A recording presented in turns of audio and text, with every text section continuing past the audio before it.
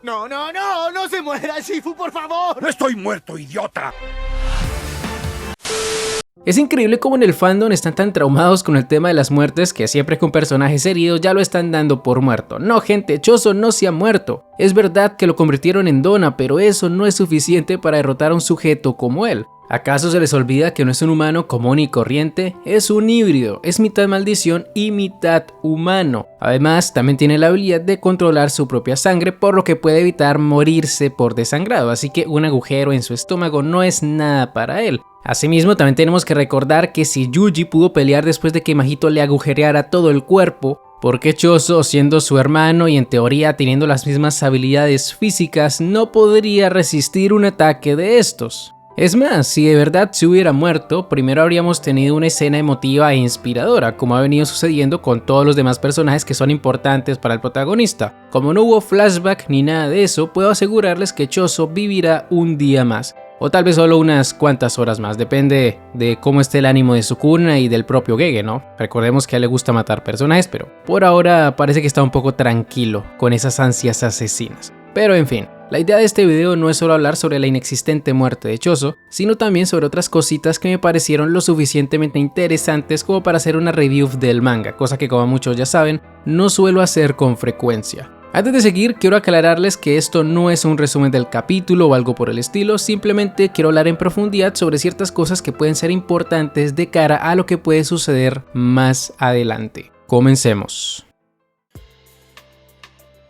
Lo primero que quiero destacar es cómo la espada de Nanami terminó convirtiéndose en una herramienta maldita capaz de replicar su técnica de proporción. El tema de las herramientas malditas es algo que a día de hoy no se ha explicado del todo. Lo único que sabemos por ahora es que pueden ser creadas por otros hechiceros, como la tribu de Miguel en África, o que también pueden crearse a partir de los restos de otros hechiceros, como la prisión confinadora, la cual está hecha con los restos de un monje famoso. Sin embargo, si bien conocemos cuál puede ser la procedencia de estas armas, nunca se ha explicado cuál es el proceso que lleva a su creación. Desde un principio las herramientas ya estaban allí en el almacén de la escuela o de cualquier otro clan, pero nunca se especificó de dónde salieron.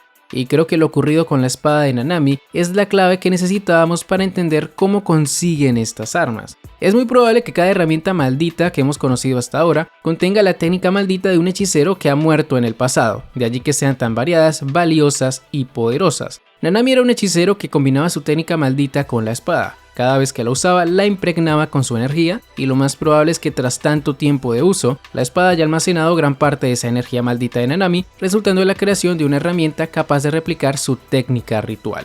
Este es un tema muy interesante y abre todo un mundo de posibilidades, porque eso significaría que cualquier otro objeto que sea de gran valor para un hechicero tiene el potencial de convertirse en una herramienta maldita. Ya vimos algo similar con el anillo de Yuta, con el cual fue capaz de replicar las habilidades de Rika, quien en teoría ya había sido exorcizada, y solo imaginen las posibilidades si esto llegara a funcionar de verdad de esta manera. Cosas como las vendas de Gojo, el martillo de Nobara, el collar de Todo, ese en donde guardaba las fotos de Yuji y de Takada, todo eso podría ser útil en el futuro. Puede que el Boogie Woogie no haya muerto todavía. Sé que esto suena súper fumado, pero hey, por lo menos al martillo de Nobara sí le veo potencial como herramienta maldita, más que nada porque es algo que ella usó durante mucho tiempo y debe tener gran parte de su energía maldita impregnada o algo por el estilo, yo qué sé. Sería la única forma en la que podrían traer a Nobara de forma espiritual en el futuro, ¿listo? Ya si los protagonistas terminan usando este tipo de herramientas malditas, eso ya es otro tema, pero la idea está allí. Lo de Higuruma es otra cosa. Este hombre juega en otra liga. Desde que apareció en la historia siempre se pone la 10. En este caso su técnica es de vital importancia para poder salvar a Megumi. ¿Ve que Megumi todavía tiene salvación? Esto lo digo porque había gente que creía que Sukuna ya lo había eliminado tras reanudar el proceso de reencarnación. Si hay un personaje que puede sobrevivir al final de esta historia, ese es Megumi. De eso no tengo ninguna duda. Esa es la ironía del personaje, que pese a ser alguien que siempre está intentando sacrificarse por los demás, al final no se va a morir. Se supone que la espada del verdugo es capaz de distinguir entre diferentes almas. Entonces, si Higuruma logra cortar a Sukuna, solo eliminará su alma y no la de su recipiente. Esa es una estrategia mucho más efectiva que usar a una hipotética Nobara recién salida del cajón para que use su resonancia, que por cierto ya expliqué en otro video por qué eso no sería posible, y por supuesto tampoco está de más recordarles que también expliqué por qué Nobara nunca regresará, para que no anden teorizando cosas pendejas.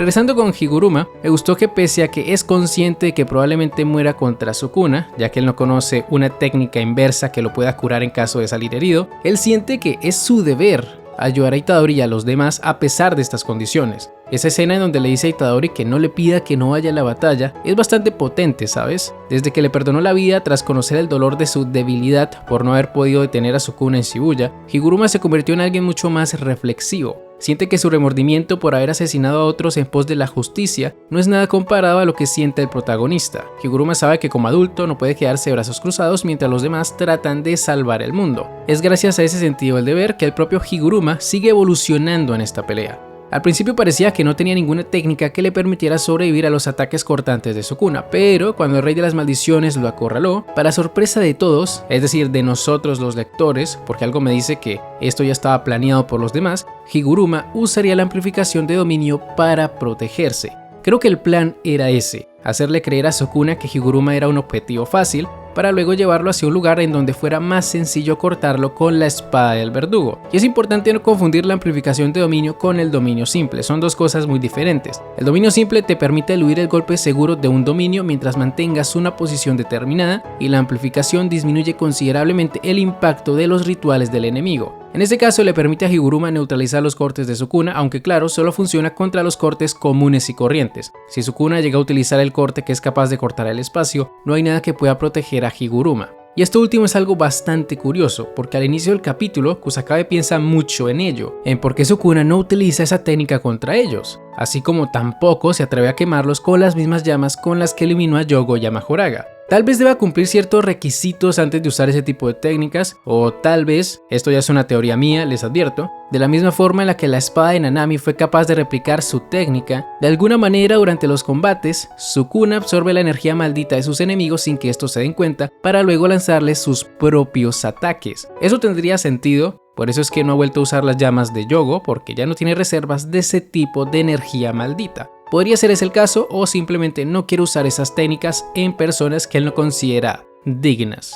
Lo importante aquí es que el abogado está yendo con todo contra el sujeto más roto de este manga. De hecho, todo parece indicar que Sukuna volverá a reconocer a otro hechicero antes de eliminarlo. Y sí, ya sé que esto se está volviendo un meme, ya está prostituyendo demasiado su reconocimiento, y aunque parezca gracioso, la verdad es que fue para esto que se asoció con Kenjaku 1000 años en el pasado, para que cuando lo revivieran pudiera encontrar aquella diversión que no experimentó durante la época en la que nació. En ese sentido, Higuruma cumple perfectamente con estos requisitos. Es un tipo que lleva apenas 2 meses siendo hechicero y su talento parece no tener límites. Incluso el narrador de este capítulo afirma que su talento es comparable al de Gojo, y no está de más aclarar que talento no es igual a poder. Obviamente Gojo era muchísimo más poderoso, pero si Higuruma hubiera tenido más tiempo para entrenar, podría haberse convertido en alguien equiparable al hombre que todos consideraban como el más fuerte de la actualidad. Ya veremos qué sucede en el siguiente capítulo, si la historia de Higuruma llega a su fin o si por el contrario, de la misma forma en la que Gege nos sorprendió con la derrota de Kenjaku a manos del comediante y de Yuta, veamos a Sukuna siendo separado del cuerpo de Megumi. Aunque claro, siendo sincero, algo me dice que eso sí va a suceder,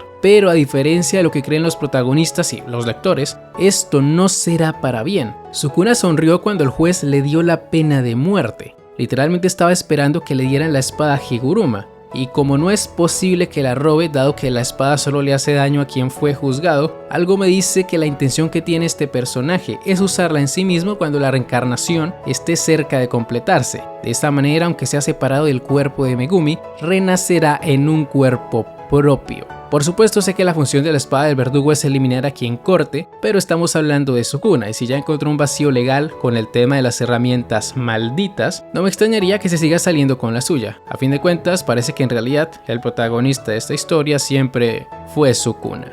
Y bueno, con esto ya llegamos al final de este video. Si les ha gustado, no olviden dejar un buen like, suscribirse, síganme en mis redes sociales que están en la descripción. Y ahora sí, me despido. Hasta la próxima. El Sai Kongru.